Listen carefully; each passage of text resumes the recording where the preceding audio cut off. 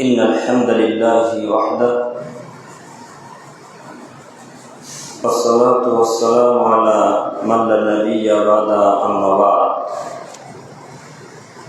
فإن خير الحديث كتاب الله وخير الهدى هدى محمد صلى الله عليه وسلم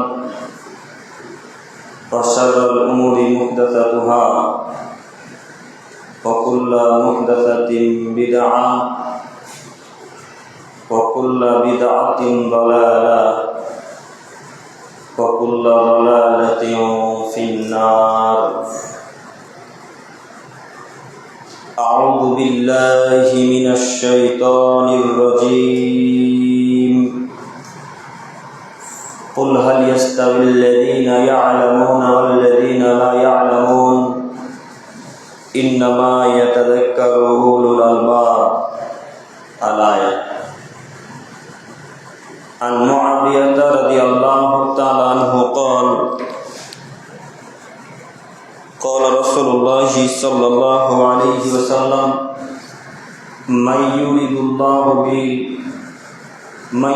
الله خيرا يفقهه في الدين وإنما أنا قاسم الله يعطي. রাহুল বুখারী ও মুসলিম।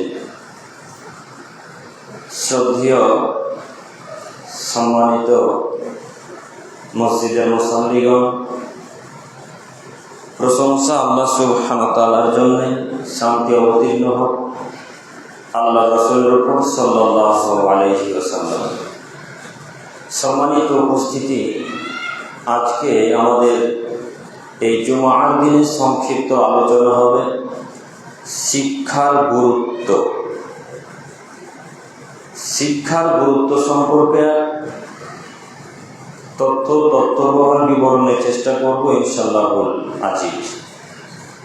সম্মানিত উপস্থিতি, আমাদের সকলেরই মনে রাখা ভালো হবে যে যদি কোনো মানুষ জ্ঞান অর্জন করে, শিক্ষা অর্জন করে, তো আল্লাহ সুবহানাহু ওয়া তাআলা তার মান সম্মানকে উঁচু করে দিবেন। কেউ যদি জ্ঞান চর্চা করে তো আল্লাহ সুবহানাহু ওয়া তাআলা তাকে অতীব পছন্দ করেন, অতীব তাকে ভালোবাসেন। যারা জ্ঞান চর্চা করে তাদের জন্য জান্নাতের পথ আল্লাহ সুবহানাহু ওয়া তাআলা সহজ করে দিবেন। হাদিস বুখারী মুসলিম। তাই এতগুলা কথাকে মনে রেখে ভালো হবে সারা পৃথিবীর মানুষের জ্ঞান চর্চা করা। জ্ঞান চর্চা করতে হবে। সালাত আদায় করা যেমন ফরজ, ইসলামিক জ্ঞান চর্চা করা ঠিক তেমনই ফরজ। রমজান মাসের সিয়াম পালন করা অর্থাৎ রোজা রাখা যেমন প্রতিটা নরনারীর উপর ফরজ, তেমনি ইসলামিক জ্ঞান চর্চা করা প্রতিটা নরনারীর উপর ফরজ। ওটা যেমন ফরজ, এটাও ঠিক তেমনই ফরজ। কাজেই যে কোনো মূল্যে সারা পৃথিবীর মানুষকে জ্ঞান চর্চা করতে হবে। আরও কথা এই যে যারা জ্ঞান চর্চা করে তাদের জন্য সারা পৃথিবীতে যত পশু প্রাণী, গরু, ছাগল, উট, দুম্বা, কীট পতঙ্গ, জড় পদার্থ, জড় বস্তু যত কিছু আছে সব কিছু আল্লাহ সুবহানাহু ওয়া তাআলার কাছে ক্ষমা ভিক্ষা চাই। তারা সবাই বলে, আল্লাহ অমুক মানুষটা জ্ঞান চর্চা করছে, আল্লাহ তুমি তাকে দয়া করে ক্ষমা করে দাও। এই বাক্য সারা পৃথিবীর গরু, ছাগল, উট, দুম্বা, ভেড়া সবাই বলতে থাকে দিন রাত। এইখানে আবারও আসবো, তার আগে আরো জরুরি কথা বলছিলাম। জ্ঞান, শিক্ষার গুরুত্ব, শিক্ষা অর্জন করা সারা পৃথিবীর মানুষের উপর ফরজ, যেটা হাদিস পেশ করলাম। আরো কথা এই যে আপনারা শুনেছেন যে শিক্ষাই হলো জাতির মেরুদণ্ড, শুনেননি? এ কথাটা আসলেই ঠিক। এ কথাটা আল্লাহ তাআলাও বলছেন, এ কথা আল্লাহ রাসূলও বলছেন যে শিক্ষাই হলো জাতির মেরুদণ্ড। আমার আপনার মধ্যে যদি কোন একটা মানুষের এই সিদ্ধারাটা যদি মেরুদণ্ডটা ভেঙে যায় তো সে উঠে বসতে পারবে? উঠে বসতে পারবে না। তেমনই যদি কোনো মানুষের জ্ঞান না থাকে তাহলে সে দাঁড়িয়ে থাকতে পারবে না, একটা শিক্ষিত মানুষের সামনে টিকতে পারবে না। তো আমার আপনার নীতি এত খারাপ যে আপনার ছেলের বয়স যখনই 13-14 বছর হচ্ছে তখনই তাকে রাজমিস্ত্রি পাঠিয়ে দিচ্ছেন। এতটা নীতি খারাপ কেন? আরে সারা জীবন টাকা উপার্জন করবে কথা ঠিক, যখনই বাচ্চার বয়স 14-15 বছর 16 বছর হচ্ছে তখনই তাকে রাজমিস্ত্রি পাঠিয়ে দিতে হবে কেন? যখনই বাচ্চার বয়স 12-13 বছর তখনই তাকে বড় জোর দোকানে লাগিয়ে দিতে হবে। মানে কাপড়ের দোকানগুলো তো যত ছেলে আছে সবাই বাচ্চা ছেলে। ওই ছেলেটার বিদ্যা অর্জন করার এখন সময়, এখনই তাকে বিদ্যা অর্জন করতে হবে। পিতা মাতা মনে করেছে বাপ মাকে উপার্জন করে দিবে, এটাই ধর্ম, তাই না? ইলম অর্জন করতে হবে এটা পিতা মাতা জানে না। আপনি আশ্চর্য হবেন ইহুদি খ্রিস্টানদেরকে দেখে। ইহুদিরা এত শিক্ষিত মানুষ, ইহুদিরা এত শিক্ষিত মানুষ, ইহুদিরা এত শিক্ষিত মানুষ, এই অল্প সংখ্যক ইহুদি, কয়েকটা ইহুদি গোটা পৃথিবীতে রাজত্ব করছে। কেন বলেন তো? শুধু শিক্ষার কারণে। কয়েকটা ইহুদি সারা পৃথিবীকে কাজ করে ফেলে দিয়েছে। কেন? তারা শিক্ষা দিয়ে, বিদ্যা দিয়ে জাতিকে নিচে রেখে, জাতিকে দমন করে রেখেছে। তাদের ইতিহাস পড়ুন, তাদেরকে নিয়ে রিসার্চ করুন। তারা ট্রেনে, বাসে, প্লেনে, ট্রাকে যেখানে থাকুক না কেন, এমনকি বাথরুমে পর্যন্ত বসেও তারা পড়াশোনা করে। ওরা মূল্যবান সময় নষ্ট করে না। দেখুন, আপনি তাদেরকে নিয়ে রিসার্চ করুন। আর আপনার নিয়ম, বাচ্চার বয়স যখনই 12 বছর 13 বছর তখন তাকে কাজে পাঠাতে হবে, উপার্জন করাতে হবে, নইলে সংসার চলবে না। এই জন্য তো ইহুদিরা আজকে মুসলমানের বাচ্চা, মুসলমানরাকে কচু কাটা করে কাটছে। আপনি দেখতে পান না? ওই যে ইহুদিরা, ইসরায়েলরা আমাদের ওই মসজিদুল আকসাকে দখল করার চেষ্টা করছে এবং মুসলমানদেরকে কচু কাটা করে কাটছে। কেন? বিদ্যা নেই, শিক্ষা নেই, উপকার নেই, কোনো যন্ত্রপাতি নেই। যদি বিদ্যা না থাকে আপনি কিভাবে যন্ত্র তৈরি করবেন, তাই না? জ্ঞান যদি ব্রেনে কাজ না করে তাহলে আপনি যন্ত্র, মিসাইল, বম, পিস্তল, রাইফেল কি দিয়ে তৈরি করবেন? আমি মনে বুঝতে পারি না, নাকি বুঝতে পারছেন কথা? বিদ্যা যদি থাকতো তাহলে এগুলো সব করা সম্ভব হতো যা তাদের আছে। এই জন্য গোটা দুনিয়াকে কাজ করে দিয়েছে বিদ্যার কারণে। তাই আল্লাহ বলছেন বিদ্যা জাতির মেরুদণ্ড। বিদ্যা যদি না থাকে তাহলে তোমার সিদ্ধারা ভাঙা। ঠিক যেমন মৃত মানুষের কোনো মূল্য নেই জীবিত মানুষের উপরে, জীবিত মানুষের মূল্য যেমন মৃত মানুষের উপরে। কথা বুঝতে পারেননি? মৃত মানুষের কোনো মূল্য আছে জীবিত মানুষের উপরে? একটা মৃত মানুষের কোনো মূল্য নেই। মূল্য আছে ওই মানুষটা যে পৃথিবীতে জীবিত আছে, যে কথাবার্তা বলতে পারে, তার মূল্য আছে। ঠিক আলোর যেমন মূল্য আছে, অন্ধকারের কোনো মূল্য নেই। আল্লাহ কোরআন মাজিদের মধ্যে বলছেন, আলো যখন চলে আসে তখন অন্ধকার দূরে পালিয়ে যায়, যখন আলো চলে আসে তখন অন্ধকার দ্রুত পালিয়ে যায়। ঠিক তেমনই শিক্ষিত মানুষ চলে এলে মূর্খরা দ্রুত তার কাছ থেকে চলে যায়। শিক্ষার সামনে কোনো মূর্খ মানুষ শিখতে পারবে না। তাই অনুরোধ করে বলি, যে কোনো মূল্যে বিদ্যা অর্জন করুন, যে কোনো মূল্যে। বাচ্চাকে কাজ করাতে হবে, এত বাচ্চা থেকেই নয়, এত ছোট থেকেই নয়। কাজ কর্ম করেই খাবে, কথাই ঠিক। যেহেতু আমরা পশ্চিমবঙ্গে, ভারতবর্ষে বসবাস করে, আমাদের কিন্তু চাকরি দিবে না। কাজ কর্ম, ব্যবসা বাণিজ্য করেই খেতে হবে। কিন্তু এত তাড়াতাড়ি কাজকর্ম কেন? কমসে কম আপনার ছেলে 30 বছর পর্যন্ত পড়াশোনা করবে। 30 বছর আপনি বাপ, 30 বছর পর্যন্ত আপনি তার দেখাশোনা করবেন, তারপরে ছেলেকে কাজে লাগাতে হবে। এটা আপনার দায়িত্ব। এ কথা আল্লাহ নবী বলছেন যে তুমি তোমার বাচ্চাকে কমসে কম 30 বছর পর্যন্ত পড়াশোনা করো, তারপরে না কোনো কাজে লাগাও। বাচ্চার বয়স 15-16 বছর তখন রাজমিস্ত্রি পাঠাতে হবে কেন? বিদ্যা বুদ্ধি একটু মানবতা বজায় রাখেন, বিদ্যা অর্জন করার চেষ্টা করিয়েন। বলছিলাম, যারা জ্ঞান চর্চা করবে আল্লাহ সুবহানাহু ওয়া তাআলা তাদের মান মর্যাদাকে উঁচু করে দিবেন। এ কথা আল্লাহ তাআলা কোরআন মাজিদের মধ্যে হুবাহুব এই কথাই বলছেন। আল্লাহ সুবহানাহু ওয়া তাআলা বলেন, ইয়া আইয়ুহাল্লাযীনা আমানু, হে সারা পৃথিবীর ঈমানদার মানব সম্প্রদায়, তোমাদেরকে বলছি তোমরা শোনো। ইদা কিলা লাকুম তাফাসসাহু ফিল মাজালিস, যখন তোমাদেরকে বলা হয় যে মজলিসকে প্রশস্ত করে দাও, একটু মনোযোগ সহকারে শ্রবণ করেন। আল্লাহ বলছেন, ইদা কিলা লাকুম তাফাসসাহু ফিল মাজালিস, আদমের ছেলে মেয়ে, যখন তোমাদেরকে বলা হবে যে মজলিসকে তোমরা প্রশস্ত করে দাও, ফাফসাহু, তখন তোমরা মজলিস প্রশস্ত করে দিও। যদি তোমরা মজলিস প্রশস্ত করে দাও তাহলে কি হবে? ইয়াফসাহিল্লাহু লাকুম, আল্লাহ তোমাদের জন্য প্রশস্ত করে দিবেন। আল্লাহু আকবার। কথা বুঝতে পারেননি? বুঝতে পারবেন না, কথাই ঠিক। আল্লাহ কি প্রশস্ত করবেন?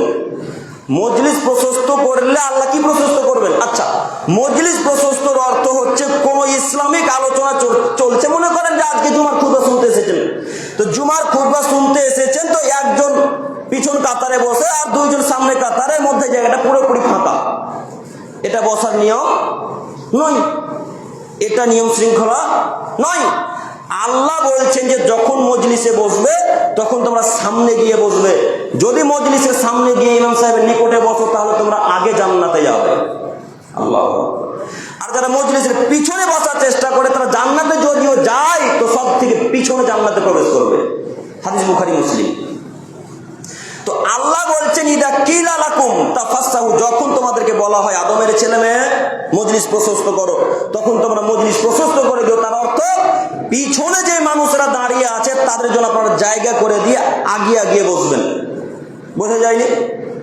আজকের পর থেকে কখনো সামনের কাতার ফাঁকা থাকা অবস্থায় পিছনে বসবেন না, ইনশাআল্লাহ। কখনো বসবেন, এটা বসার নিয়ম নয়, এটা ইসলামিক কায়দা নয়, এটা নিয়ম নীতি নয়। আপনাকে আগে গিয়েই বসতে হবে, প্রথম কাতারে বসতে হবে, কথাই ঠিক। তো যদি আপনি পিছনের মানুষের জন্য সামনে জায়গা করে দেন তো আল্লাহ আপনার জন্য আপনার কবরকে প্রশস্ত করে দিবেন। আল্লাহু আকবার। কবর প্রশস্ত করবেন, যত দূর চোখের জ্যোতি যাবে তত দূর পর্যন্ত কবর আপনার বড় হবে, প্রশস্ত হবে। এখান থেকে চোখের জ্যোতি যদি কলকাতা পর্যন্ত যায় তাহলে আপনার কবরের প্রশস্ততা কলকাতা পর্যন্ত হবে। এখান থেকে চোখের জ্যোতি যদি ফুলতলা ওই ব্যারেজ পর্যন্ত যায় তাহলে আপনার আপনার কবরের প্রশস্ততা তত বড় হবে। আল্লাহ নবী বলছেন চোখের জ্যোতি যত দূর যায় কবরের প্রশস্ততা তত বড় হয়, চোখের জ্যোতি যত দূর যায় কবরের প্রশস্ততা তত বড় হয়। যদি তোমরা মজলিসে মানুষকে বসার জায়গা করে দাও তাহলে মজলিসে মানুষকে বসার জায়গা করে দিতে হবে, কথাই ঠিক। আর কি প্রশস্ত করবেন আল্লাহ? আল্লাহ তোমাদের খাদ্যে বরকত দিবেন, আল্লাহ তোমাদের রিজিকে বরকত দিবেন, আল্লাহ তোমাদের ছেলে মেয়েতে বরকত দিবেন। আচ্ছা বলেন তো কাজটা কি খুব কঠিন? কাজটা তো এমন খুব কঠিন নয়। পিছনে মানুষ দাঁড়িয়ে আছে, আপনি মধ্যে বসে আছেন, অথচ সামনে জায়গা ফাঁকা পড়ে আছে। তো আপনি এখন কাজ করবেন কি যে ফাঁকা জায়গাটা জ্ঞান পরিপূর্ণ করবো, তাহলে পিছনের মানুষটা আমার জায়গাতে বসতে পাবে। যদি এতটুকু কাজ আপনার মুসলমান ভাইয়ের জন্য করেন তাহলে আল্লাহ আপনার রিজিকে বরকত দিবে, খাদ্যে বরকত দিবে, টাকা পয়সায় বরকত দিবে, ছেলে মেয়েতে বরকত দিবে। ছোট্ট একটা কাজ। আল্লাহু আকবার। পারবো না? আশা করি পারবো ইনশাআল্লাহ। ইনশাআল্লাহ মজলিস প্রশস্ত করুন। আরো কথা মহান আল্লাহ তাআলা বলেন ওয়াইদা কিলাম সুজু, আদমের ছেলে মেয়ে যখন তোমাদেরকে বলা হবে মজলিস থেকে উঠে যাও, ফানসুজু, সঙ্গে সঙ্গে উঠে যেও, এক সেকেন্ড লেট করিও না, দেরি করিও না। আব্দুল করিম ভাই কিভাবে উঠে যাও বুঝতে পারলাম না, একটু ব্যাখ্যা। বুখারীর হাদিস, তিনি আল্লাহ নবী বলছেন যখন আমি সাহাবাদেরকে নিয়ে কোনো আলোচনা করতাম মজলিসে বসে, যদি উমারের প্রয়োজন হতো তো উমারকে ডাকতাম, আবু বকরের প্রয়োজন হলে আবু বকরকে ডাকতাম, আলীর প্রয়োজন হলে আলীকে ডাকতাম। যেমনই আমি তাদেরকে ডাকতাম সঙ্গে সঙ্গে আবু বকর, উমার, আলী উঠে যেত। তো আল্লাহ বলছেন ওইদা কিলান সুজু, যখন কাউকে বলা হয় মজলিস থেকে উঠে যাও, তখন সুজু, তখন উঠে যেও। যদি আপনাকে বলা হয় আব্দুল করিম আপনি উঠে যাও, তো উঠে যেতে হবে। বুঝতে পারেননি? আল্লাহর আদেশ। যদি উঠে যান তাহলে আপনার জন্য আল্লাহ কবরকে প্রশস্ত করে দিবেন। যদিও আমরা কাজ করতে অতি বর্ষম, যদিও কাজটা খুব সহজ, তারপরও আমরা করতে পারি না, আমরা পিছনে এসে বসার চেষ্টা করি, তাই না? তাই আল্লাহ বলছেন তোমরা মানুষের জন্য বসার পথ বের করে দাও, তোমরা শিক্ষা অর্জন করো। পরের অংশে আল্লাহ তাআলা বলছেন, এই বাক্যটা বলার জন্য এতক্ষণ থেকে বক্তব্য পেশ করছি, তিনি বলছেন ইয়া আইয়ুহাল্লাযীনা আমানু, হে ঈমানদারগণ, ইয়ারফাইল্লাহুল্লাযীনা আমানু উতুল ইলমা দারাজাত, তোমাদের মধ্যে যারা জ্ঞানী মানুষ, তোমাদের মধ্যে যারা ঈমান এনেছে তাদের মান মর্যাদাকে আমি আল্লাহ তাআলা উঁচু করতে করতে করতে করতে উঁচু করে দেব। আল্লাহু আকবার। শর্ত কয়টা? দুটা। এক, ঈমান আনতে হবে, দুই, জ্ঞান চর্চা করতে হবে। এই দুটা জিনিস যদি কোনো মানুষের মধ্যে থাকে তো আল্লাহর মান মর্যাদাকে বাড়াতে বাড়াতে বাড়াতে উঁচু করে দিবেন, এ কথা আল্লাহ বলছেন। তার বাস্তব জলজান্ত উদাহরণ দেখবেন ডক্টর জাকির নায়েক, মনে নেই মনে হয়, গত 3 দিন আগে তিনি পাকিস্তানে প্রবেশ করেছেন। লেকচার দেওয়ার জন্য। দেখেছেন ভিডিও? গত 3 দিন আগে পাকিস্তানে প্রবেশ করেছেন লেকচার দেওয়ার জন্য। হাজারো লোক, লক্ষ লক্ষ লোক, কোটি কোটি লোক তাকে সম্মান জানার জন্য এয়ারপোর্টে এসেছে। বড় বড় দামি দামি মানুষ, যারা নেতা মন্ত্রী, বড় বড় পদে যারা আছে, তারা তাকে ওয়েলকাম, স্বাগতম জানার জন্য, সম্বোধনা জানার জন্য এসেছে, তাকে নিতে এসেছে। এত সম্মান কেন? ওই যে প্রথমে আল্লাহ বললেন, ইয়ারফাইল্লাহুল্লাযিনা মিনকুমুল্লাহ ইয়ারফাইল্লাহুল্লাযিনা আমানু মিনকুমুল্লাযিনা উতুল ইলমা দারাজাত। তোমরা যদি আমাকে মেনে নাও, তোমরা যদি ইলম অর্জন করো, আমি আল্লাহ তোমাদের মান মর্যাদাকে উঁচু করে দেব। কথা বুঝতে পারেন না? ইনশাল্লাহ মনে থাকবে। জ্ঞান অর্জন করা লাগবে যে কোনো মূল্যে। আব্দুল করিম ভাই, আমি যে পড়তে জানি না, বয়স আমার 40 বছর, আমি তো আরবি পড়তে জানি না, বাংলাও জানি না, এখন কি করব? আচ্ছা, আমিও মানলাম আপনি পড়তে জানেন না, পড়তে জানেন না কথা ঠিক, কিন্তু প্রত্যেকটা মানুষের কাছে 4G ফোন নেই, অ্যান্ড্রয়েড ফোন নেই। যুবকদের কাছে তো আছে, এখন বৃদ্ধদের কাছেও 4G ফোন আছে, 5G ফোন আছে। কথা ভুল হলো? প্রায় মানুষের কাছে এই অ্যান্ড্রয়েড ফোন আছে, 5G ফোন আছে, 4G ফোন আছে। এই ফোনের মাধ্যমে পড়াশোনা করবেন কিভাবে? যার বক্তব্য শুনতে ভালো লাগে তার বক্তব্যটা ইউটিউব থেকে নামাবেন। যার বক্তব্য শুনতে ভালো লাগে, যে সহিহ আকীদার হাদিস কোরআন বলে, তার বক্তব্য নামিয়ে তিনি যা বলছেন তা আমল করা এবং মুখস্থ করার চেষ্টা করবেন এবং জাতিকে বোঝানোর চেষ্টা করবেন। মনে থাকবে না? মনে থাকবে ইনশাল্লাহ। তাহলে শুধু যে পড়ালেখা জানতে হবে জ্ঞান অর্জন করার জন্য, এটা ঠিক নয়। তবে শর্ত, জরুরি কাজ যে পড়ালেখা জানতেই হবে, এটা জরুরি ফরজ। মনে থাকবে ইনশাল্লাহ। তবেই আপনার মান মর্যাদা উঁচু হবে। তাতে আপনি যতই সম্পদশালী টাকাওয়ালা হন না কেন, আল্লাহ তো মান মর্যাদা উঁচু করবেন না। আপনি দেখেন, মিলিয়ে দেখেন, যারা আলেম মানুষ, যারা দুনিয়াতে ঘোরাঘুরি করছে, তাদের মান মর্যাদা দেখেন, আর যারা মাস্টার, তাদের মান মর্যাদা দেখেন। কার মান মর্যাদা বেশি? আলেমদের, তাই না? কথা ভুল হলো কি? আপনি একটু নজর ঘুরিয়ে দেখেন, যারা আলেম মানুষ, তাদের মান মর্যাদা কত বেশি। আল্লাহুস সামাদ, আপনাকে আমি কি দিয়ে বুঝি, কত জনের নাম বলবো? বাংলাদেশের আপনারা সকলে আব্দুর রাজ্জাক বিন ইউসুফকে চেনেন না? তার মান মর্যাদা যদি আপনি লক্ষ্য করেন, তো আপনি মনে হয় হার্ট অ্যাটাক করে দিবেন। এত লোক, যে জুমা মসজিদে খুতবা দিতে যান, মসজিদে তো মানুষ আটে না, রাস্তাতে পর্যন্ত প্যান্ডেল করতে হয় তার জন্য।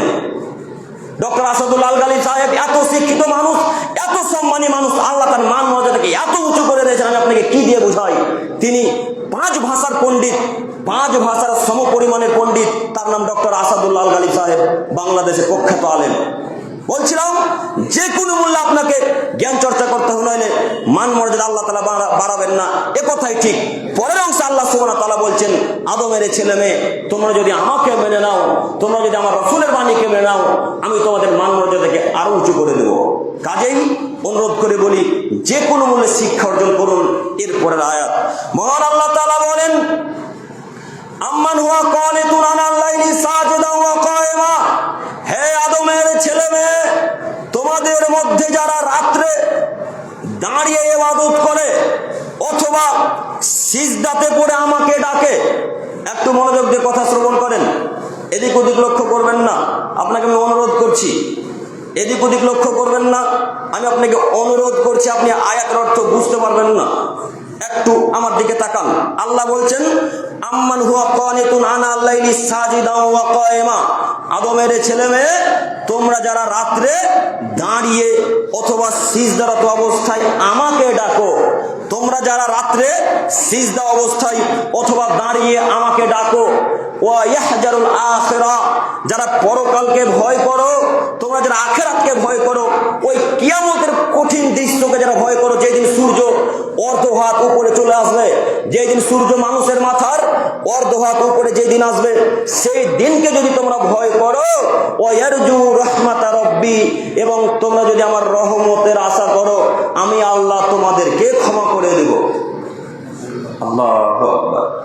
তো আল্লাহ বলছেন যে যারা এতগুলা ইবাদত করে, রাত্রে আমাকে ডাকে, রাত্রে দাঁড়িয়ে ইবাদত করে, যারা আমার রহমতের আশা করে, আর যারা করে না, তারা কি সমান? বুঝতে পারেননি? যারা রাত্রের বেলায় তাহাজ্জুদ পড়ে, রাত্রের বেলায় কিয়ামুল লাইল করে, যারা দাঁড়িয়ে দাঁড়িয়ে আল্লাহকে ডাকে, আর যারা এই কাজগুলা করে না, তারা কি সমান? তারা সমান নয়। তো আল্লাহ বলছেন নবী মোহাম্মদ, আপনি পরের অংশটা বলে দেন না, কুল হাল ইয়াস্তাবিল্লাযিনা ইয়ালামুন আল্লাযিনা লা ইয়ালামুন। নবী আপনি বলুন, যারা শিক্ষিত মানুষ আর যারা অশিক্ষিত মানুষ তারা সমান নয়, যারা জানে আর যারা জানে না তারা সমান নয়। ইন্নামা ইয়াতাযাক্কারু উলুল আলবাব, নিশ্চয় যারা শিক্ষিত মানুষ তারাই উপদেশ গ্রহণ করবে, নিশ্চয় যারা জ্ঞানী গুণী মানুষ তারাই উপদেশ গ্রহণ করবে। অত্র আয়াতের বিবরণ দিয়ে আমি আপনাকে বোঝাতে চাইছি, যারা জ্ঞানী গুণী মানুষ তারাই আল্লাহকে নিয়ে চিন্তা ভাবনা করে, যারা চিন্তাশীল মানুষ তারাই রাসূল সাল্লাল্লাহু আলাইহি ওয়াসাল্লামকে নিয়ে চিন্তা ভাবনা করে, যারা জ্ঞানী গুণী মানুষ তারাই ইসলামিক পড়াশোনার চেষ্টা করে। বুঝেননি কথা? মনে হয় কথা বুঝতে পেরেছেন? যারা জ্ঞানী গুণী মানুষ তারাই পড়াশোনার চেষ্টা করবে, কথা আল্লাহ বলছেন। কাজেই বলছিলাম, যারা অশিক্ষিত তারা হলো মৃতদেহ, যারা শিক্ষিত মানুষ তারা হলো জীবিত দেহ। বুঝতে পারলাম না? আবার লক্ষ্য করেন, আল্লাহ বলছেন আমি নয়, আল্লাহ বলছেন যারা অশিক্ষিত তারা হলো মৃতদেহ, মরা মানুষ, আর যারা শিক্ষিত মানুষ তারা হলো জীবিত দেহ। পরের অংশ আল্লাহ তাআলা বলছেন যারা শিক্ষিত তারা হলো আলোর মতো, যারা শিক্ষিত মানুষ তারা হলো এই লাইট আলোর মতো, আর যারা অশিক্ষিত তারা হলো অন্ধকার, তারা হলো অন্ধকারের মতো। তার মানে শিক্ষার কত মূল্য, শিক্ষার কত দাম আমি আপনাকে কি দিয়ে বোঝাবো? আল্লাহ তাআলা বলছেন আদমের ছেলে মেয়ে তোমরা মৃতদেহের মতো বসবাস করো না, তোমরা মৃতদেহের মতো বসবাস করো না, তোমরা মৃতদেহের মতো বসবাস করো না। তার মানে আপনি মূর্খ হয়ে থাকতে পাবেন না, আপনি মূর্খ হয়ে থাকতে পাবেন না। আপনাকে যে কোনো মূল্যে জ্ঞান চর্চা করতে হবে, এটাই শরীয়ত, এটাই চূড়ান্ত। যদিও আমি আপনাকে বোঝাতে অক্ষম, এরপরেও বলি, ফোনের মাধ্যমে হোক, কোনো আলেমের কাছে গিয়ে হোক, বা কোনো মানুষের কাছে গিয়ে হোক, যারা দিন ধর্ম বোঝে, যারা হাদিস কোরআন বোঝে, তাদের কাছে গিয়ে যে কোনো মূল্যে জ্ঞান চর্চা করার চেষ্টা করুন। সকলে বলি আমিন।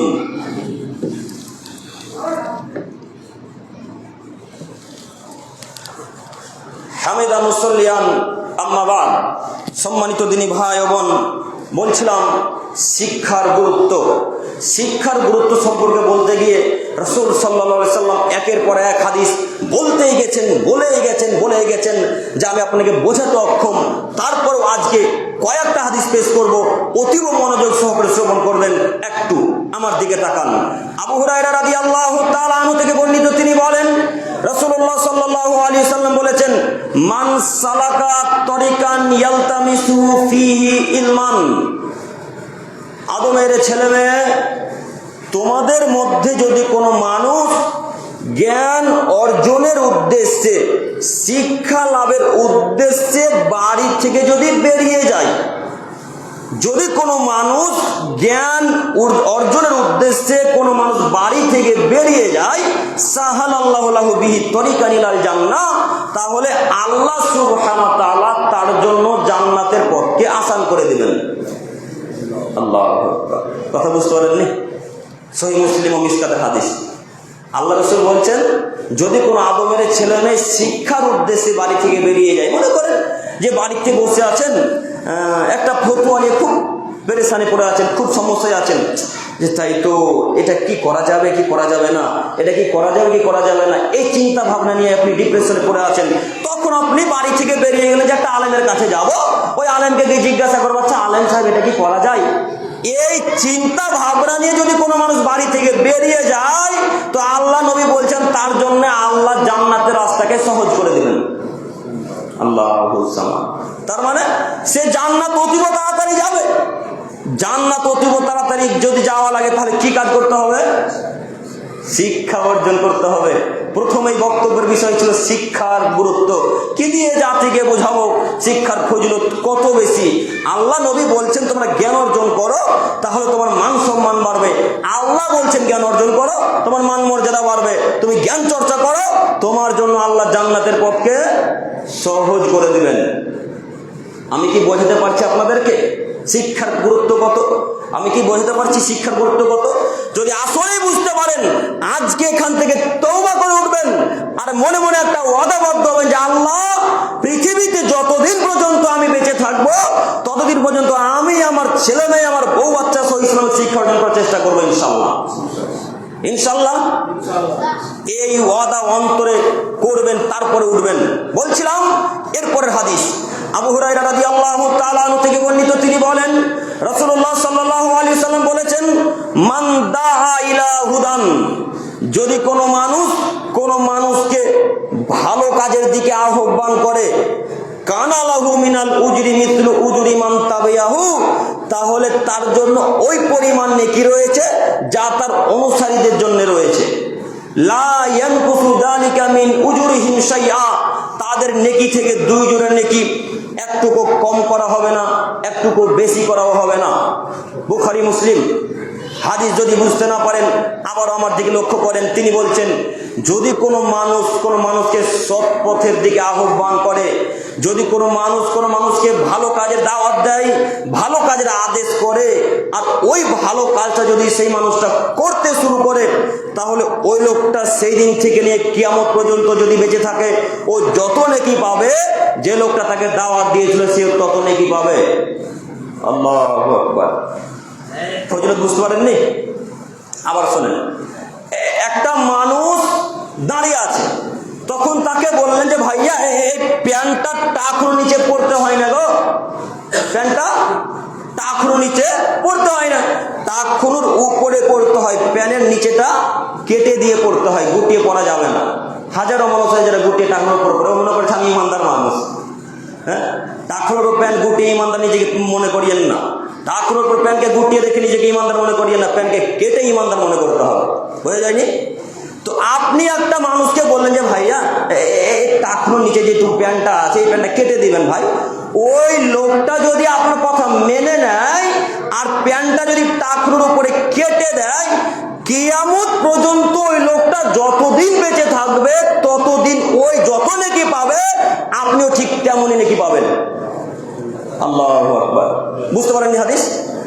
আবারও বলি, দেখেন আল্লাহ নবী বলছেন এর পরের অংশে, ওমান দাআ ইলা যালালা, যদি কোনো মানুষকে খারাপ কাজের আদেশ করে, এবার খুব কঠিন হয়ে যাবে কথা, যদি কোনো মানুষকে খারাপ কাজের দিকে আহ্বান করে, কানা আলাইহি মিসলু আসামি মান তাবিয়াহু, তাহলে তার জন্য সেই পরিমাণ পাপ রয়েছে যা তার অনুসারীদের জন্য রয়েছে। বুঝতে পারেননি মনে হয়? একটু আমার দিকে তাকান। একটা 10 বছরের ছেলে ওই 16 মোড়ে দাঁড়িয়েছিল, তো একটা বৃদ্ধ মানুষ বলছে কতদিন এইভাবে চলাচল করবি, একটা বিড়ি মার, একটা বিড়ি মান না, এমনিতে কতদিন থাকে রে, একটা মেরে দে, দেখ খুব ভালো লাগবে। তো আপনার কাজকর্মে আপনার কথাবার্তায় ওই 10 বছর 12 বছরের ছেলেটা বিড়ি পান করতে শুরু করেছে। ওই ছেলেটা যদি কিয়ামত পর্যন্ত বেঁচে থাকে আর কিয়ামত পর্যন্ত যদি ছেলেটা বিড়ি পান করে ওই ছেলেটা যত পাপই হবে আপনি একাই তত পাপ করবেন। বুঝতে পারেননি? বুঝতে পারেনি নাকি? যত মানুষ মদ পান করা শিখিয়েছে, ওই যত মানুষ মদ পান করবে যতদিন পৃথিবীর বুকে, ততদিন তারা যত পাপী, যে শিখিয়েছে তারাও ঠিক তত পাপী। এই জন্য বলেছিলাম সৎ কাজের আদেশ করেন, অসৎ কাজের আদেশ করিয়েন না। এই জন্য যুবক ছেলেদেরকে বলেছিলাম, বেটা তুমি ফেসবুকে স্ট্যাটাস গান লাগাও, তোমার লজ্জা হয় না, তোমার হায়া হয় না, তোমার ইতস্তবোধ হয় না? তুমি ফেসবুকে স্ট্যাটাস গান লাগাও, ওই গান যদি লক্ষ লক্ষ মানুষ দেখে, লক্ষ মানুষ যত পাপ করলো, তুমি একাই স্ট্যাটাসটা লাগার কারণ ঠিক তত পাপ করলে। বুঝতে পারেননি কথা? বুঝতে পারেননি? এই জন্য আপনাকে শতদিন বলেছি, ফেসবুকে কিছু ভালো কিছু শেয়ার করার চেষ্টা করেন, ফেসবুকে, ইনস্টাগ্রামে, টুইটারে, ইউটিউবে কিছু ভালো কিছু পোস্ট করার চেষ্টা করেন, ভালো কিছু শেয়ার করার চেষ্টা করেন। কেন? এই ফেসবুকের পোস্টটা, এই ফেসবুকের শেয়ারটা যদি কিয়ামত পর্যন্ত থাকে, কিয়ামত পর্যন্ত আপনি নেকি পাবেন যদি পোস্টটা ভালো কিছু হয়, যদি সেই শেয়ারটা ভালোর উদ্দেশ্য হয়। আর যদি সেই পোস্ট, সেই শেয়ার যদি গান বাজনা হয়, কোনো অশ্লীল ভিডিও হয়, আর ওই শেয়ারটা যদি কিয়ামত পর্যন্ত থাকে, আর আপনি যদি মারা গিয়েও থাকেন, তাহলে কবরে ওই পাপ পৌঁছাতে থাকবে। আপনারা শুনেছেন সাদকায়ে জারিয়া নেকি আছে, শুনেননি? সাদকায়ে জারিয়া নেকি যেমন আছে, সাদকায়ে জারিয়া ঠিক পাপও তেমনই আছে। এই মসজিদে যদি একটা ইট দান করেন, এই ইটটা যদি কিয়ামত পর্যন্ত মসজিদে লাগা থাকে, কিয়ামত পর্যন্ত আপনার কবরে নেকি পৌঁছাতে থাকবে। আর এই ফেসবুকে যদি একটা খারাপ ভিডিও পোস্ট করেন বা শেয়ার করেন, এই পোস্ট, এই ভিডিওটা যদি কিয়ামত পর্যন্ত ফেসবুকে থাকে, তাহলে কিয়ামত পর্যন্ত আপনার কবরে পাপ পৌঁছাতে থাকবে। আমি কি বুঝাতে পেরেছি? বুঝতে পেরেছেন কথা? তাই যুবক ভাই তোমাদেরকে বলছি, যত ফেসবুকে গান বাজনা পোস্ট করেছো, শেয়ার করেছো, আজকে এখান থেকে উঠে গিয়ে ডিলিট হবে ইনশাল্লাহ, ইনশাল্লাহ। আর তওবা করে উঠবে যে জিন্দেগি তার গান বাজনা কোনোদিন শেয়ার করবো না ইনশাল্লাহ, কখনো কোনো স্ট্যাটাস গান বাজনা দেবো না ইনশাল্লাহ। মনে থাকবে না? মনে থাকবে ইনশাল্লাহ। তুমি যদি জান্নাতি আশা করো তো জান্নাত যাব, হুরের সাথে থাকবো, বাগান ঘুরবো, ফলমূল যা ইচ্ছা তাই খাবো, এত কিছু যদি আশা করো তাহলে গানের মুখে লাথি মেরে দাও, ফেসবুকের যত নোংরা ভিডিও সবকে ডিলিট করে দাও। যদি লক্ষ কোটি ভিউ করে থাকে, যদি 1 million 2 million billion trillion trillion যদি ভিউ করে থাকে, তবু সেই ভিডিও ডিলিট করতে হবে যে কোনো মূল্যে, যে কোনো মূল্যে। যদি জান্নাতে আশা করো তবে যে কোনো মূল্যে ডিলিট করতে হবে, নইলে কিয়ামত পর্যন্ত পাপ পৌঁছে থাকবে। তুমি মনে করছো আব্দুল করিম ভাই এমনি বকছে, এমনি বকছি বেটা, মরো, তারপরে বোঝা যাবে কে কত দামি কে কত পাপী। মরো, সেদিন বুঝতে পারবে কবর কাকে বলে। যেদিন কবরের গেট লাগিয়ে দেওয়া হবে, যখন কবরের উপর বাঁশ চাপিয়ে মাটি চাপিয়ে ডালা চাপিয়ে দেওয়া হবে, তখন তুমি বেটা বুঝতে পারবে আমি কত নিরহ কত অসহায় মানুষ। এখন তোমাকে বোঝা সম্ভব নয়, এখন তোমাকে বোঝা সম্ভব নয়। কেন? তোমার শরীরে এখন রক্ত আছে, ক্ষমতা আছে, জোর আছে, তুমি এখন যুবক ছেলে, তোমাকে বোঝা এখন সম্ভব নয়। তুমি সেই দিন বুঝতে পারবে যেদিন কবরে রেখে তোমার পিতা মাতা ভাই বোন আত্মীয় স্বজন সবাই যখন তোমার কাছ থেকে চলে আসবে, সেদিন তুমি বুঝবেন কত অসহায় মানুষ। বলছিলাম ভালো কিছু শেয়ার করার চেষ্টা করেন যদি নেকির আশা করেন। সম্মানিত দিনী ভাই বোন, তাই এই হাদিসকে লক্ষ্য করে আরো একটা কথা বলে যাই, যদি কোনো মানুষ বেদাতি কাজকর্ম করে, ঠিক ওই লোকটাও তত পাপ করবে যার বেদাতকারী তত পাপী হবে। বুঝতে পারেননি? মনে করেন এখন একটা খুব দামি বেদাত চালু আছে, মরার পরে জানাজার স্থানে 2 হাত তুলে মোনাজাত করা। এই দোয়া চালু যে মানুষটা করেছে, আমাদেরকে একটু তাকান, এই দোয়া চালু যে মানুষটা করে গেছে, ওই লোকটা এখন যদি মারা গিয়ে থাকেন তো এখন লক্ষ কোটি মানুষ জানাজার পরে দোয়া করছে, করে না? লক্ষ কোটি মানুষ ওই জানাজার স্থানে লাশকে সামনে রেখেই দোয়া করছে হাত তুলে। এই লক্ষ লক্ষ কোটি মানুষ যত পাপী, এই লোকটা কবরে শুয়ে শুয়ে একাই তত পাপী। কথা বোঝাতে পারলাম না? এই জন্য শতদিন বক্তব্যের মাঝে বলা আছে, ভালো কাজের আদেশ করুন, মন্দ কাজে নিষেধ করুন, বেদাতের মুখে লাথি মারুন, শিরকের মুখে লাথি মারুন, জান্নাত হবে ইনশাআল্লাহ। অবশ্যই অবশ্যই সৎ কাজের আদেশ করাটাই উত্তম, সৎ কাজের আদেশ করলেই জান্নাত হয়, একথা আল্লাহ বলেন, একথা আল্লাহ রাসূল বলেন। বলছিলাম এরপরের হাদিস লক্ষ্য করুন খুব মনোযোগ সহকারে। আব্দুল্লাহ ইবনে আমর ইবনে আল-আস রাদিয়াল্লাহু তাআলা আনহু থেকে বর্ণিত, তিনি বলেন রাসূলুল্লাহ সাল্লাল্লাহু আলাইহি ওয়াসাল্লাম বলেছেন, মান কাযাবা আলাইহি মুতাম্মিদান ফালিয়াতাবাওয়া মাকাদাহু মিনান নার, যে ব্যক্তি আমার উপরে মিথ্যা কথা বলল তার থাকার জায়গা জাহান্নাম। আর একটা হাদিস বলি তারপরে ব্যাখ্যা। আব্দুল্লাহ বিন উমর রাদিয়াল্লাহু তাআলা আনহু বলেন, রাসূল সাল্লাল্লাহু আলাইহি ওয়াসাল্লাম বলেছেন, বাল্লিগু আন্নী ওয়ালাউ আয়া, আদমের ছেলে মেয়ে আমার পক্ষ থেকে, মুহাম্মদ সাল্লাল্লাহু আলাইহি সাল্লাম বলছেন, বুখারী মুসলিম, এ আদমের ছেলে মেয়ে আমার পক্ষ থেকে যদি একটা বাক্য তোমরা জানো তাহলে জাতির নিকটে তোমরা পৌঁছে দাও, মানুষের নিকটে বলে দাও। তবে ও হাদিসু বানি ইসরাইল, ও হাদিসান বানি ইসরাইল ওয়ালা হারাজ, বানি ইসরাইলের কাহিনী বলো, এতে কোনো দোষ নেই। বানি ইসরাইলের ঘটনা বলো, এতে কোনো দোষ নেই। মুসা আলাইহিস সালামের ঘটনা বলো, এতে কোনো দোষ নেই। ইউসুফ আলাইহিস সালামের ঘটনা বলো, এতে কোনো দোষ নেই। তবে সেই ঘটনা যেন সত্য হয়, ঘটনা যেন সত্য হয়। যদি ইতিহাস, যদি ঘটনা, বানি ইসরাইলের কাহিনী যদি সত্য হয়, তাহলে জাতির নিকটে পেশ করো, জাতির সামনে বলো, ওমান কাযাবা আলাইহি মুতাম্মিদান ফালিয়াতাবাওয়াহু মাকাদাহু মিনান নার। আর যদি সেই কথা বানি ইসরাইলের না হয়, সেই কথা আমি মুহাম্মদ সাল্লাল্লাহু আলাইহি ওয়াসাল্লামের যদি না হয়, সেই কথা যদি মুসা আলাইহিস সালামের না হয়, তাহলে তোমার থাকার জায়গা জাহান্নাম, থাকার জায়গা জাহান্নাম। হুজুর বলছে সাদ্দাত একটা জান্নাত তৈরি করলো, হুজুরে বলছে খুব দামি সুরালি কণ্ঠে বলছে সাদ্দাত একটা জান্নাত তৈরি করলো। জান্নাতে যা যা লাগে, ফল মূল সোনা চাঁদি মুক্তা যা কিছু লাগে, এই সাদ্দাত বাদশা তার জান্নাতের ভেতরে রাখলো। এখন সাদ্দাত জান্নাত ভ্রমণ করতে যাবে, জান্নাত দেখতে যাবে, এমন অবস্থায় মালাকুল মউত দরজার মুখে তার জানকে কবজ করে নিল। ঘটনা যে একেবারেই মিথ্যা, ঘটনা যে একেবারে মিথ্যা। আপনার হুজুরকে আজ থেকে কিয়ামত পর্যন্ত চ্যালেঞ্জ করলাম, আপনার হুজুরকে আর আপনাকে আজ থেকে কিয়ামত পর্যন্ত চ্যালেঞ্জ করলাম, সাদ্দাদের ঘটনা কোন হাদিসে আছে? জৈব বহুদূরের কথা। সাদ্দাদের ঘটনা কোন হাদিসে আছে? জৈব বহুদূরের কথা। সাদ্দাদের ঘটনা কোন হাদিসে আছে? জৈব বহুদূরের কথা। যদি প্রমাণ করে দিতে পারেন কোন হাদিস আছে, সেদিন থেকে জাতির সামনে বক্তব্য রাখবেন ইনশাল্লাহ, ইনশাল্লাহ। আবার আজকে চ্যালেঞ্জ করে গেলাম, সাদ্দাদের ঘটনা মিথ্যা, সাদ্দাদের ঘটনা মিথ্যা, সাদ্দাদের ঘটনা মিথ্যা। আপনার হুজুরকে বলেন যে ঘটনা কোন গ্রন্থ আছে, শুধু দেখান আব্দুল করিম ভাইকে, দেখান। হুজুর খুব সুরালে কণ্ঠে বলছে সাদ্দাদের ঘটনা।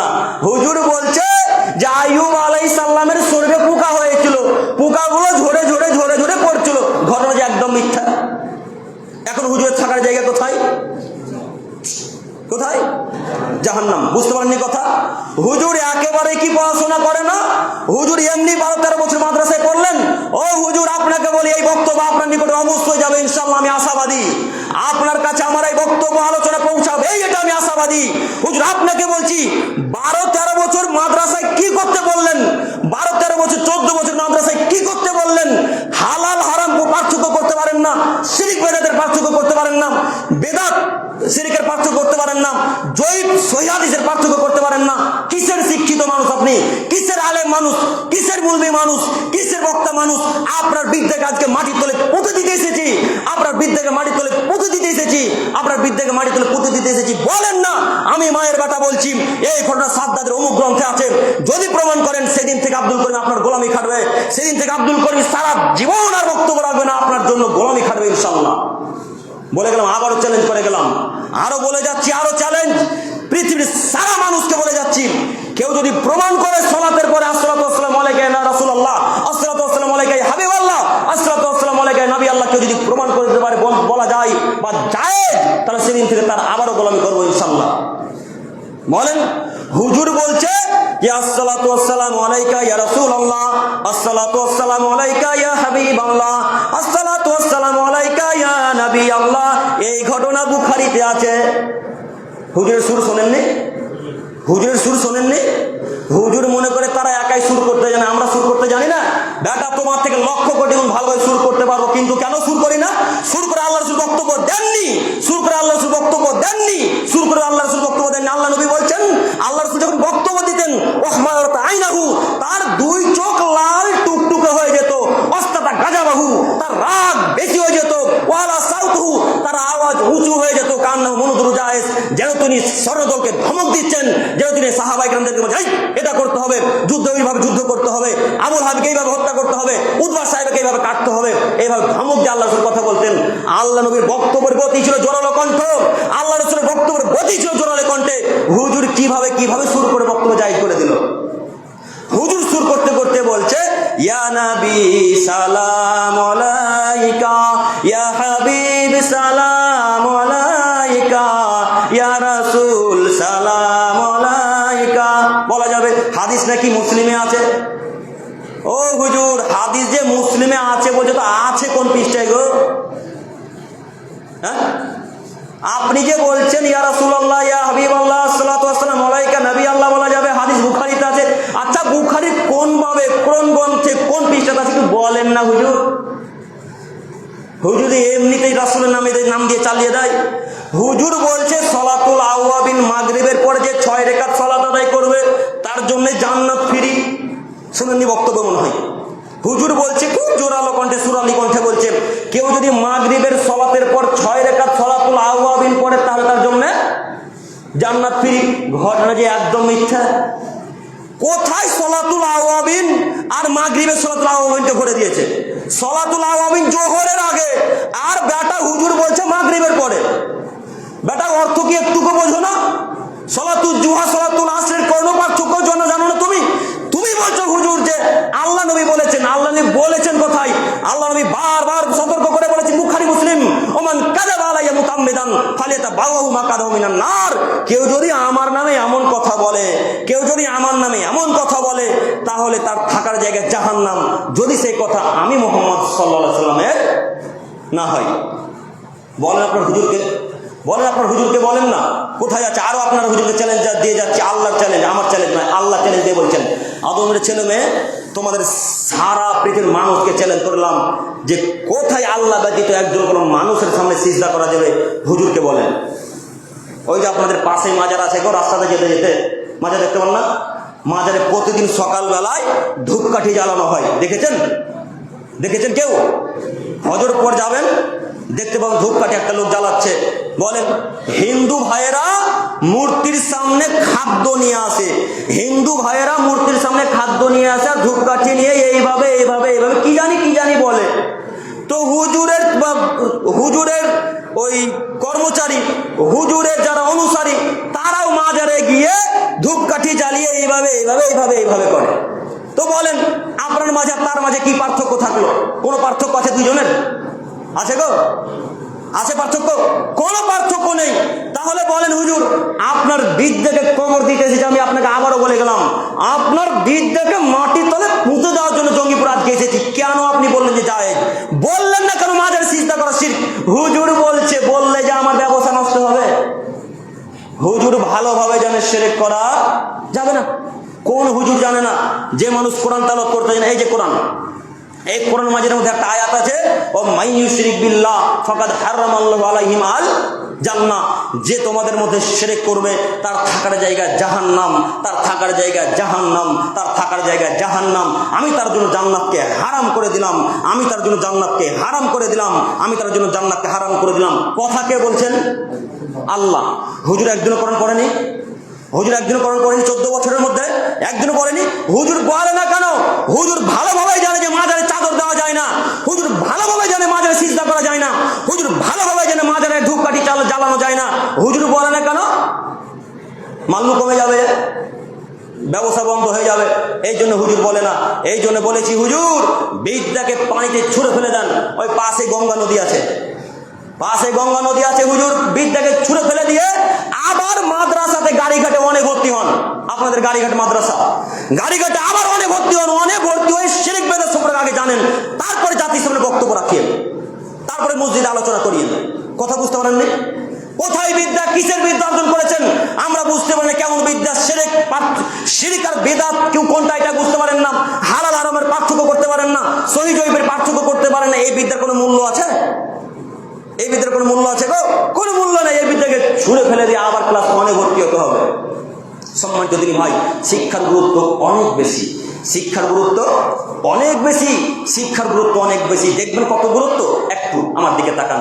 যদিও সময় শেষ, আজকের আলোচনার শেষ হাদিস মুআবিয়া রাদিয়াল্লাহু তাআলা আনহু থেকে বর্ণিত, তিনি বলেন, আবু উমামা বাহিলী রাদিয়াল্লাহু তাআলা আনহু থেকে বর্ণিত, তিনি বলেন, আল্লাহ নবী সাল্লাল্লাহু আলাইহি ওয়াসাল্লামের নিকটে দুইজন মানুষ সম্পর্কে জিজ্ঞাসা করা হলো। একটু আজকের আলোচনার সব অংশ যদি ভুলে যান, প্রথমের অংশটুকু আর এখন যে অংশটুকু বলতে যাচ্ছি এই অংশটুকু ভুলবেন না, মনে রাখবেন ইনশাআল্লাহ, অবশ্যই মনে রাখবেন যে কোনো মূল্যে। আবু উমামা বাহিলী রাদিয়াল্লাহু তাআলা আনহু বলছেন, আল্লাহ নবীর নিকটে দুইজন মানুষ সম্পর্কে জিজ্ঞাসা করা হলো। তার মধ্যে একজন ছিল আবেদ, অর্থাৎ ইবাদতকারী, যে দিনরাত সালাত আদায় করতো, রাতের বেলায় তাহাজ্জুদ করতো, কিয়ামুল লাইল করতো, তাহাজ্জুদ করতো, আল্লাহকে ডাকতো, রাতের বেলায় সিজদায় পড়ে থাকতো, রাতের বেলায় দাঁড়িয়ে আল্লাহকে ডাকতো। এই লোকটা সম্পর্কে জিজ্ঞাসা করা হলো। আর একজন মানুষ যে আলেম মানুষ, যে পড়াশোনা করে, হাদিস কোরআন পড়ে, এই দুইজন সম্পর্কে আল্লাহ রাসূলের কাছে জিজ্ঞাসা করা হলো যে আল্লাহ নবী, এই দুইজনের মধ্যে কার বেশি সম্মান? আল্লাহ নবী, এই যে দুইজন দেখালাম আপনাকে, তো এই দুইজনের মধ্যে সব থেকে সম্মানিত দামি মানুষ কে? আল্লাহ রাসূল। তখন আল্লাহ রাসূল বলছে, আলেমের সম্মান বেশি আবেদের চাইতে, আলেমের সম্মান বেশি ইবাদত গুজার বান্দার চাইতে, আলেমের সম্মান বেশি তাহাজ্জুদ গুজার বান্দার চাইতে। তো সব থেকে সম্মানিত কে তাহলে? আলেম মানুষ। তো আল্লাহ নবী বলছেন, যেমন আমার সম্মান তোমাদের উপরে, ঠিক তেমনি আলেমের সম্মান আবেদের উপরে। বুঝতে পারেননি? আল্লাহ রাসূলের সম্মান কত বেশি? সব থেকে উঁচু, সব থেকে সম্মানিত মানুষ কে?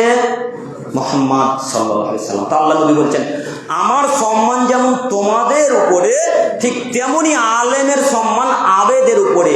এইভাবে বলতে বলতে বলতে বলতে বলতে আল্লাহ নবী শেষ বাক্যে এসে বলছেন, যারা জ্ঞান চর্চা করে তাদের জন্য ক্ষমা চাই পানির পেটে মাছ, যারা জ্ঞান চর্চা করে তাদের জন্য ক্ষমা চাই গর্তে পিপিলিকা, যারা জ্ঞান চর্চা করে তাদের জন্য ক্ষমা চাই আসমান জমিনে যা কিছু আছে, যারা জ্ঞান চর্চা করে তাদের জন্য ক্ষমা চাই আসমান এবং জমিন, যারা জ্ঞান চর্চা করে তাদের জন্য ক্ষমা চাই সারা পৃথিবীতে যত কিছু আছে, জড়বস্তু, জড় পদার্থ, কীটপতঙ্গ, পশু প্রাণী যা কিছু আছে সবাই আল্লাহর কাছে ভিক্ষা চাই। এই টিউবওয়েলটা আল্লাহকে বলে, আল্লাহ অমুক মানুষ তোমার জ্ঞান চর্চা করছে, আল্লাহ ইসলামের জন্য রাত্রি জেগে আছে, আল্লাহ তুমি দয়া করে তাকে ক্ষমা করে দাও। এই লাঠিটা বলে আল্লাহকে রাতের বেলায়, আল্লাহ অমুক মানুষ জ্ঞান চর্চা করছে, আল্লাহ দয়া করে তুমি তাকে ক্ষমা করে দাও। এই 4G 5G ফোনটা আল্লাহকে বলে, আল্লাহ অমুক মানুষ ইসলামী জ্ঞান চর্চা করছে, আল্লাহ দয়া করে তুমি তাকে ক্ষমা করে দাও। এই মসজিদের মিনারটা আল্লাহকে বলে, আল্লাহ তুমি দয়া করে তাকে ক্ষমা করে দাও। পৃথিবীতে আসমানের নিচে জমিনের উপরে যা কিছু আছে, গরু, ছাগল, উট, দুম্বা, ভেড়া, পশু প্রাণী, কীটপতঙ্গ, জড়বস্তু, জড় পদার্থ যা কিছু আছে, ছোট থেকে বড়, বড় থেকে ছোট, ছোট থেকে বড়, বড় থেকে ছোট যত প্রাণী আছে সবাই মিলে আল্লাহকে বলে, আল্লাহ অমুক মানুষ ইসলামিক জ্ঞান চর্চা করছে, তুমি তাকে দয়া করে মাফ করে দাও। এত কিছু যদি দোয়া করে আল্লাহর কাছে, তো তার দোয়া কবুল হবে না? হবে না গো? হবে। তো আব্দুল করিম ভাই, কাদের জন্য ফ্যান ক্ষমা চাই? এই ঘড়িটা কার জন্য ক্ষমা চাই? এ লাঠিটা কার জন্য ক্ষমা চাই? তো সবাই যে জ্ঞান চর্চা করে, তাহলে কি সবার জন্য এই লাঠিটা ক্ষমা চাই? প্রায় মানুষই তো জ্ঞান চর্চা করে, তাহলে প্রায় মানুষের জন্য কি মোবাইলটা আল্লাহর কাছে ক্ষমা চাই? কথা বুঝতে পারেননি? সবাই জ্ঞান চর্চা করি না আমরা? প্রায় সবাই জ্ঞান চর্চা করে। তো জ্ঞান চর্চাকারী সবার জন্য কি ভিক্ষা চাই? জি না, সবার জন্য ভিক্ষা চাই না। যারা জেনারেল শিক্ষা অর্জন করে তাদের জন্য এই লাঠি আল্লাহর কাছে ক্ষমা চাই না। যারা এমনি শিক্ষা অর্জন করে তাদের জন্য এই টিউবওয়েল, গরু, গাড়ি, ভেড়া আল্লাহর কাছে ভিক্ষা চাই না। যারা এমনি শিক্ষা অর্জন করে তাদের জন্য বাড়ি ঘর আল্লাহর কাছে ক্ষমা ভিক্ষা চাই না। আব্দুল করিম ভাই, কাদের জন্য ভিক্ষা চাই? যারা ইসলামিক জ্ঞান চর্চা করে তাদের জন্য ভিক্ষা চাই। আল্লাহু আকবার। অর্থ মনে বুঝতে পারিনি আমি, অর্থ বুঝতে পেরেছেন? তাহলে আজ থেকে ইনশাআল্লাহ জ্ঞান চর্চা করব, ইনশাআল্লাহ। যে কোনো মূল্যে জ্ঞান চর্চা করতে হবে, যে কোনো মূল্যে। ওই যে প্রথমে বললাম, মোবাইলের মাধ্যমে জ্ঞান চর্চা করবেন, মোবাইলের মাধ্যমে একটা আলেমের বক্তব্য চালিয়ে দেবেন, বক্তব্যটা খুব মনোযোগ সহকারে শ্রবণ করবেন। পড়তে জানি না কি করব, তাই না? পড়তে জানি না কি করব, তো ওই আলেমের বক্তব্যটা মনোযোগ সহকারে শ্রবণ করব। হাদিসের আরবির এবারতটা হয়তো মুখস্থ থাকবে, কিন্তু বাংলাটা তো মনে থাকবে ইনশাআল্লাহ। ওই বাংলাটুকু জনগণের মাঝে বলবো, স্ত্রী ছেলে মেয়েকে বলবো ইনশাআল্লাহ। এইভাবে জ্ঞান চর্চা করেন।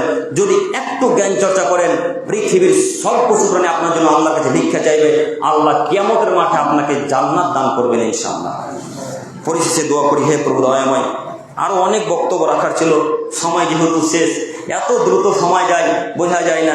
আমরা তো প্রথমে লম্বাই করি না, আমরা সূরা কাফ তো পড়ি না। আমি কোনোদিনই সূরা কাফ পড়ি না, হাদিস তো বলতে সময় পাই না। এই জন্যে আল্লাহর কাছে সময়ের বরকত চাই। তো যাই হোক, অনেক কিছুই বলা হলো, কতটুকু মনে রাখবেন আমিও বুঝতে পারি না। তবুও আল্লাহকে বলি, আল্লাহ তুমি আমাদের সকলকে এই শিক্ষা সম্পর্কে বোঝার তৌফিক দান করো, সকল বলি আমিন। পরিশেষে দোয়া করি, হে প্রভু দয়াময়, তুমি তো রহমান, তুমি তো রহিম, তুমি তো খালিক, তুমি তো মালিক, তুমি তো গফুরুর রহিম, তুমি তো গাফফার। তোমার কাছে ভিক্ষা চাই, তোমার নাম ধরে তোমাকে ডেকে বলি, আল্লাহ তুমি আমাদের সবাইকে শিক্ষার ফজিলত সম্পর্কে বোঝার তৌফিক দান করো, সকলে বলি আমিন। পরিশেষে দোয়া করি, হে প্রভু দয়াময়, আমাদের এই মধ্য থেকে যারা চলে গেছে ইহকাল ছেড়ে পরকালে পাড়ি দিয়েছে, আল্লাহ জানি না তারা কোন অবস্থাতে আছে, আল্লাহ জানি না তারা কি অবস্থাতে আছে। যদি একটু জানতে পারতাম হয়তো তাদের জন্য কান্নাকাটি করতাম, যদি একটু জানতে পারতাম তাহলে হয়তো একটু কান্নাকাটি করতাম, কিন্তু আমরা তো জানি না আল্লাহ পিতা মাতা কি অবস্থাতে আছে। তবুও তোমার কাছে কান্নাকাটি করে রাত দিন বলি, যারা চলে গেছে ইহকাল ছেড়ে, আল্লাহ তুমি তাদের সকলকে জান্নাতুল ফেরদাউস দান করো, সকলে বলি আমিন। পরিশেষে দোয়া করি, হে প্রভু দয়াময়, আমাদের চলতে ফিরতে যদি কোনো ছোট বড় সাগিরা কাবিরা গুনাহ হয়ে থাকে, আল্লাহ তুমি তো রহমান, তুমি আমাদের এই পাপগুলোকে আমাদের অজুর মাধ্যমে, আমাদের সালাতের মাধ্যমে, তসবিহ তাহলিল জিকির আজকারের মাধ্যমে তুমি আমাদেরকে ক্ষমা করো, সকলে বলি আমিন। পরিশেষে দোয়া করি, হে প্রভু দয়াময়, আমাদের আব্বু আম্মুদেরকে তুমি হেফাজতে রেখো, আব্বু আম্মুকে তুমি দিনের পথে কায়েম রেখো। সকলে বলি আমিন। এখান থেকে আলোচনা শেষ করলাম। সুবহানাকা আল্লাহুম্মা ওয়া বিহামদিক আশহাদু আল্লা ইলাহা ইল্লা আনতা আস্তাগফিরুকা ওয়া আতুবু ইলাইক। আল্লাহুম্মা সাল্লি ওয়া সাল্লিমি আলা নাবিয়িনা মুহাম্মদ। আসসালামু আলাইকুম ওয়া রাহমাতুল্লাহি ওয়া বারাকাতুহু।